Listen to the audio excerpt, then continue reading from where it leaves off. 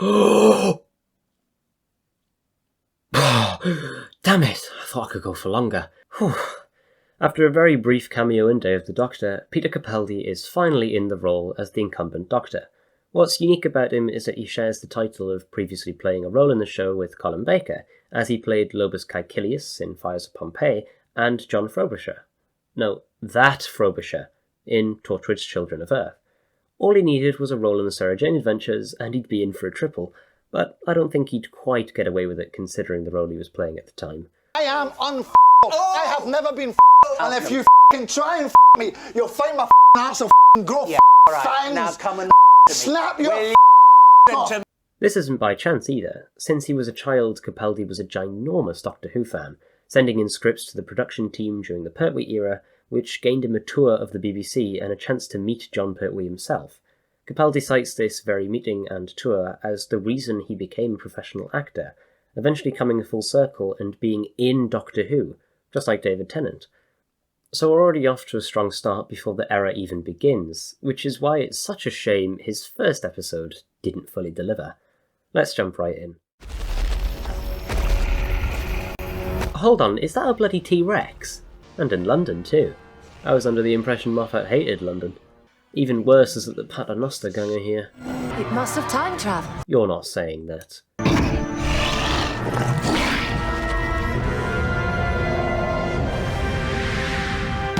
No way did he pilot the TARDIS. Crash the TARDIS into a T-Rex's mouth. Right, let's open her up.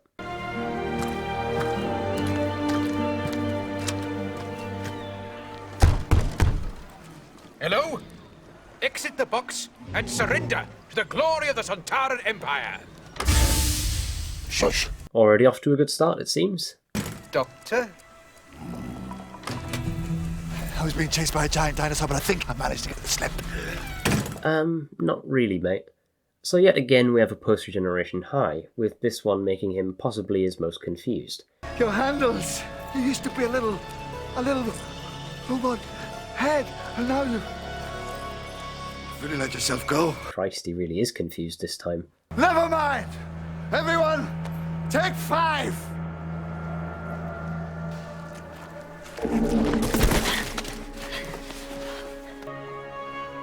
Well then, here we go again.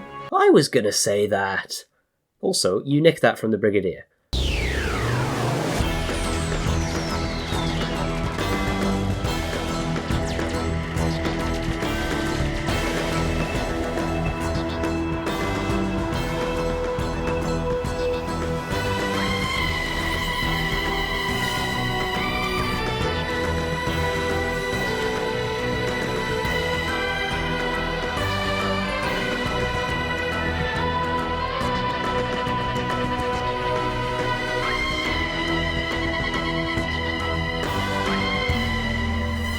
God, I love that title sequence. Have since I first saw it. I know many people weren't a fan of it, like Mr. TARDIS for example, but it's by far the most radical so far, and also created by a fan, which is nice. The cogs of time turning, the Roman numeral clock unravelling, the visuals are just perfect. In Vastra's house, the Doctor is somehow confused about the concept of a bedroom. Okay, what do you do when you're awake? Before things get out of hand, English! Vastra tricks him into falling asleep. What the hell is with that sound effect? Immediately with the Doctor sedated, Clara speaks her mind. So what do we do? How do we fix him? Fix him? How do we change him back? Jenny, I will be in my chamber. Would you be kind enough to fetch my veil? Why? Are we expecting strangers? It would seem there's already one here. A venomous line from Vastra right there. Clara is being incredibly selfish, basically just wanting her eye candy back instead of this old man. Boy, Madame Vestra is waiting. I will convey you to her chamber. May I take your coat? Not wearing a coat. What's all that? Clothes. May I take your clothes? Strax is just hilarious. Seemingly having enough, Vastra tells Clara exactly how it is. He has walked this universe for centuries untold. He has seen stars fall to dust. You might as well flirt with a mountain range. I did not flirt with him. He flirted with you. How? He looked young. Who do you think that was for? Me? Everyone. Vastra doesn't take any crap from Clara. This is the Doctor now. She has to accept that fact even if she doesn't like it, something that will be echoed later on. I wear a veil to keep from view what many are pleased to call my disfigurement. I do not wear it as a courtesy to such people, but as a judgment on the quality of their hearts. Are you judging me? The Doctor regenerated in your presence. The young man disappeared, the veil lifted. He trusted you. Are you judging him? God, she is angry, and so is Clara. Getting a bit heated there. Marcus Aurelius, Roman Emperor. Last of the five good and stoic philosopher. Superlative bass guitarist. The Doctor really knows how to put a band together. And the only pin-up I ever had on my wall when I was 15, the only one I ever had. I am not sure who you think you're talking to right now, Madame Vastra, but I have never had the slightest interest in pretty young men. And for the record, if there was anybody who could flirt with a mountain range, she's probably standing in front of you right now. Just because my pretty face has turned your head, do not assume that I am so easily distracted.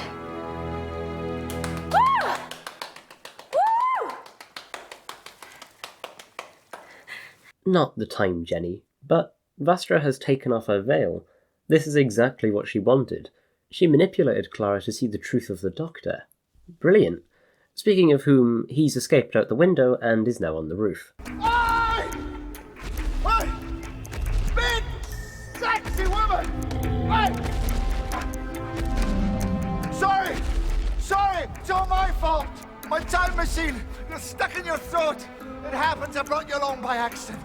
That's mostly how I meet girls, but don't worry. I promise I will get you home. What a nice promise. As always, the Doctor aims to save the day. Uh-oh.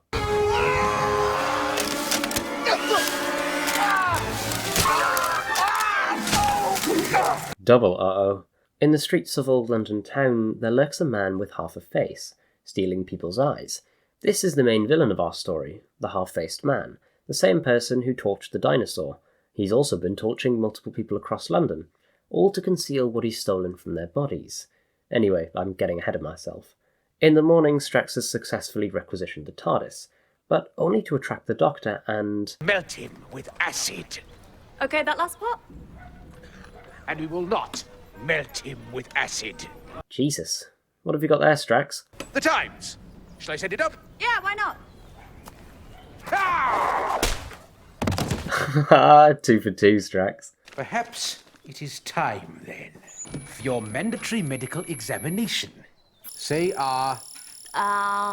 You didn't move your lips. They're looking at my eye.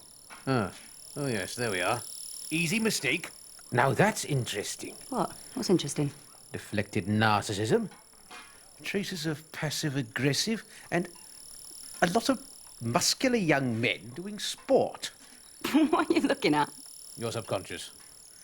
Is that sport? It could be sport. Well, stop looking. This guy, man. The Doctor has taken quite a tumble, you see. He's ended up in a back alley with a homeless man, who happens to be Liz Sladen's husband. He's absolutely terrified, and I'm not surprised. This potentially dangerous madman is forcing him to look at his face, and particularly his eyebrows. These are attack eyebrows. You can take bottle tops off with these. If you say so.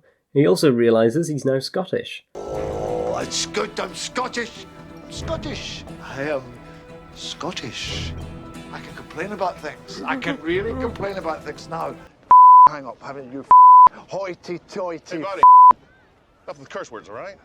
Kiss my sweaty balls, you fat During this, the Doctor starts wondering. It's obvious he slightly remembers Caecilius, but this isn't something that will be explored until the next series. Why the Doctor chose this face subconsciously while regenerating. Then he steals the man's coat. After seeing an advertisement in the newspaper for the Impossible Girl, being Clara's nickname by the Doctor, she manages to track him down. Why did you get that coat? I bought it. From where? A shop. No. Might have been a tramp. You don't have any money. I had a watch. Good thing we got to the bottom of that. I saw your advert. I figured it out. Happy to play your game. No. No, I didn't place the ad. You placed the ad. No, I didn't. Yes, you placed the ad. I figured it out. Impossible girl. See, lunch. No, look, the impossible, that is a message from the impossible girl. The impossible girl. Hold on. What? Well, that doesn't make sense. I doubt we'll get to the bottom of this. This is where the Doctor notices something. There's something extremely wrong with everybody else in this room. Basically, don't you always think that? Look at them. They look fine to me. They're just eating. Are they?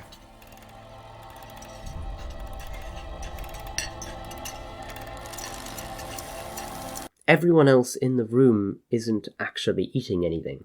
Something else they're not doing. Or breathing, meaning this is a trap. Time to go, I guess.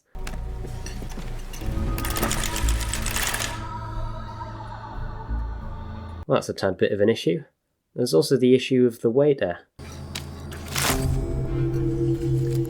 Okay. Robot in a mask. It's a face. Yeah, it's very convincing. No, it's a face. Why did he put it on her? That's disgusting. Now, in a literal larder, they have only one chance to escape. It's times like this I miss Amy. Who? Nothing. How rude. They manage to get free, and the Doctor realises that he's seen this before, which he has, on the SS Madame de Pompadour. These are the same type of clockwork droids, but this time without the French masks. So the half-faced man is basically an amalgam of different body parts, but I don't understand why he only has half a face, considering every other clockwork droid nearby has a full face. Just a minor nitpick. Oh, and the Doctor has left Clara behind. How nice of him. Now she has to hold her breath and hope that they don't notice. So take a deep breath. Luckily, it seems to work on them, so she's in the clear. All she has to do is hold her breath until she can get through the door and run away. But there's just too many of them, getting her caught. For some reason, almost passing out gives her flashbacks to her first day as a teacher, one that she did not enjoy. But this flashback of defiance gives her the courage to face the half-faced man directly. God, that's a tongue twister. Despite starting with perhaps the biggest threat, he is still incredibly threatening.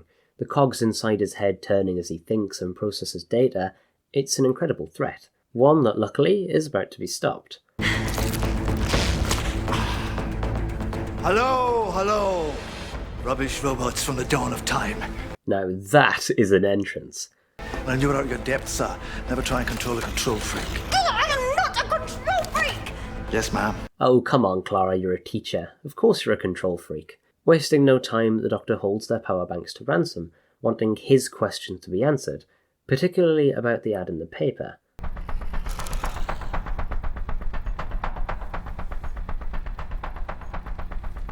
I guess it wasn't him then.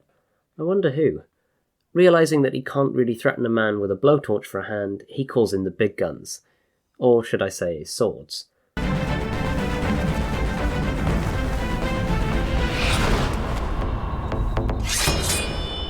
Remain still and lay down your weapons in the name of the British Empire! Strax! Sorry? There's one gun at least. With the half-faced man getting away, the Doctor is in close pursuit, even having time to stop for a whiskey. What are you doing? I've got the horrible feeling I'm going to have to kill you.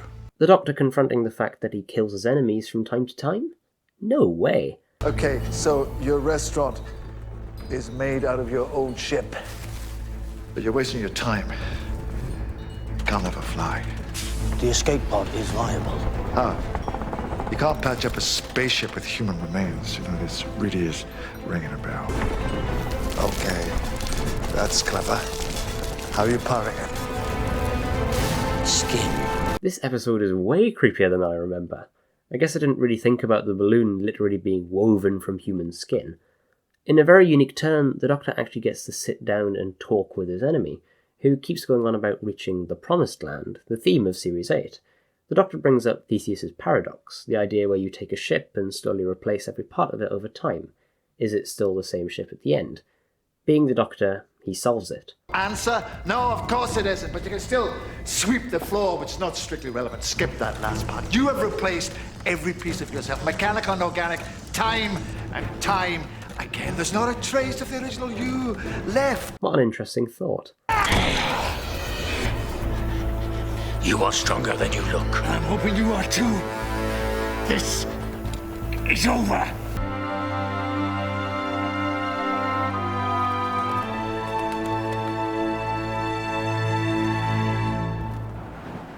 was unexpected. Did the Doctor push him, or did he fall? I guess we'll never know. After a short hop to find himself, the Doctor returns for Clara, with a brand new TARDIS, and it looks so much better than the last one.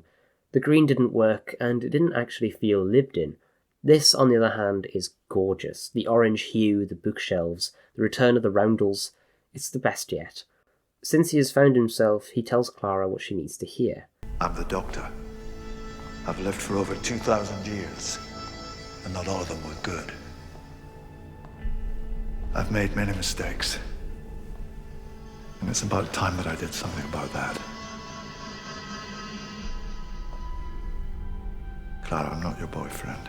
Glad we got that out of the way, but there's still some questions on my mind. Who put that advert in the paper? Who gave you my number? Long time ago, remember? You were given the number of a computer helpline, and you ended up phoning the TARDIS. Who gave you that number? The woman in the shop. And there's a woman out there who's very keen that we stay together. The woman in the shop. Bet we'll find out who she is. Disappointingly, Clara still doesn't accept the Doctor.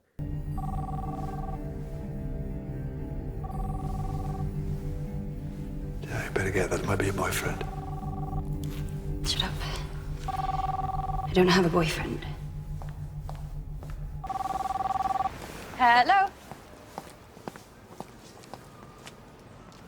Hello? It's me. Yes, it's you. Who's this? It's me, Clara.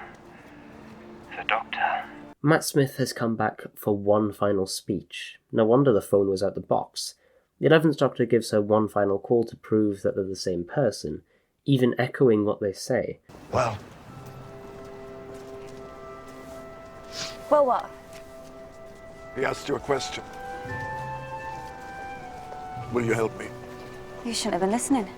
I wasn't. I didn't need to. That was me talking.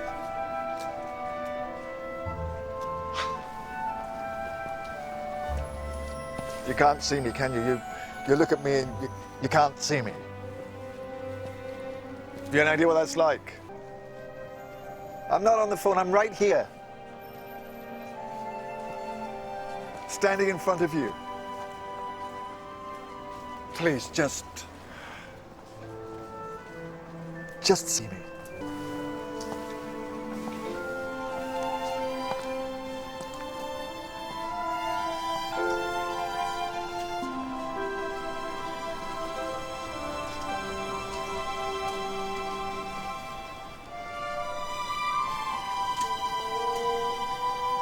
Thank you. For what? Phoning. This is probably the most realistic reaction we've seen to a regeneration. Of course, there's always the "who the hell are you, this can't be happening" kind of thing, but Clara is truly unique. She's completely shut down, she can't handle it, which is why it's beautiful when she finally accepts him. And that's it. Deep Breath is... Hold on, this isn't the credits. No!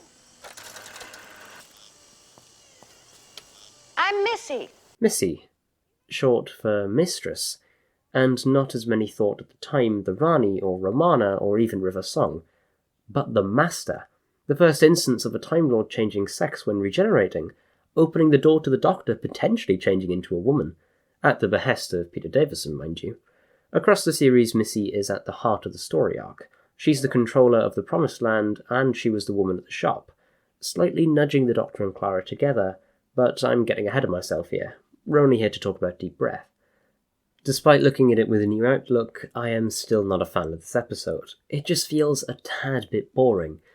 The half-faced man is a pretty decent villain. He's incredibly creepy, the body horror is amped up to the max, as you can even see his eyeball close up many times.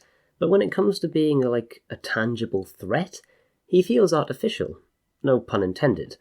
There's this huge army of clockwork robots behind him, but it never feels tense. I suppose with hindsight I know that Clara and the Paternoster gang will not die, but even then it doesn't really do it for me. I'm just glad it's their last appearance.